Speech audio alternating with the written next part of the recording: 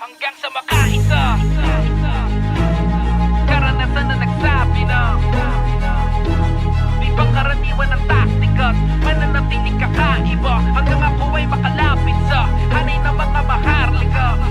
Di ako titigil hanggat di makasukit ang pilit na maabot aking mga mithiin. Di magpapapigil sa mga nakahadlang kahit arangin at tuloy pa rin ano man ang sabihin ng iba. Na wala ka naman diyang mapapala kung pangarapin na makaisa. Pero pag ako ay nandun na, isa ka mismo sa titingala. Dapat nakilusan, sipagan ng galaw pa makarating sa gusto na mapuntahan. Nananatiling lumalaban upang hindi masayang ang pagod at lahat ng aking mga nasimulan. Ang mga naranasan, baliwala pagtagumpay ay nasa kamay at akin ang nakawakan. Di nga bibitawan hanggang ang pangarap ay maabot at maisa katuparan. Alam kong mahirap, subalit handa kong gawin maliit man ang tsansa. Kundi susubukan malabong umusad at kung mahina ang kumpiyansa. Di papansinin ng mga talangkang umihina ng paibaba. Sila gasolina upang mapapilang sa hanay ng mga maharlika. Sige halika, makinig sa mga para na hindi na kaya pang maabula.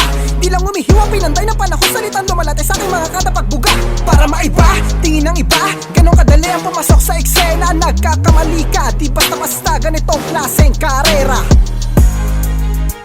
Sabi nila, di ka raw magaling, nagsitaasan ang kilay at umiiling.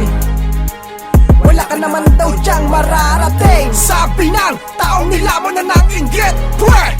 Di ko na kailangan patunayan na ako'y magaling. Gusto ko marating, daan na madilim, lakad ay palihim, pilit na abutin, liwanag sa dilim at sasambitin na ako ay iba. Iba sa lahat ng mga nauna, ang makata na dapat tumilera sa hanay ng mga maharlika. Sa makaisa, karanasan na nagsabi na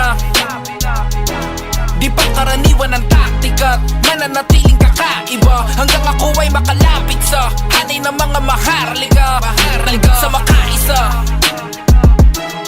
karanasan na nagsabi na di pa karaniwan ng taktika at mananatiling kakaiba hanggang ako ay makalapit sa hanay ng mga maharlika.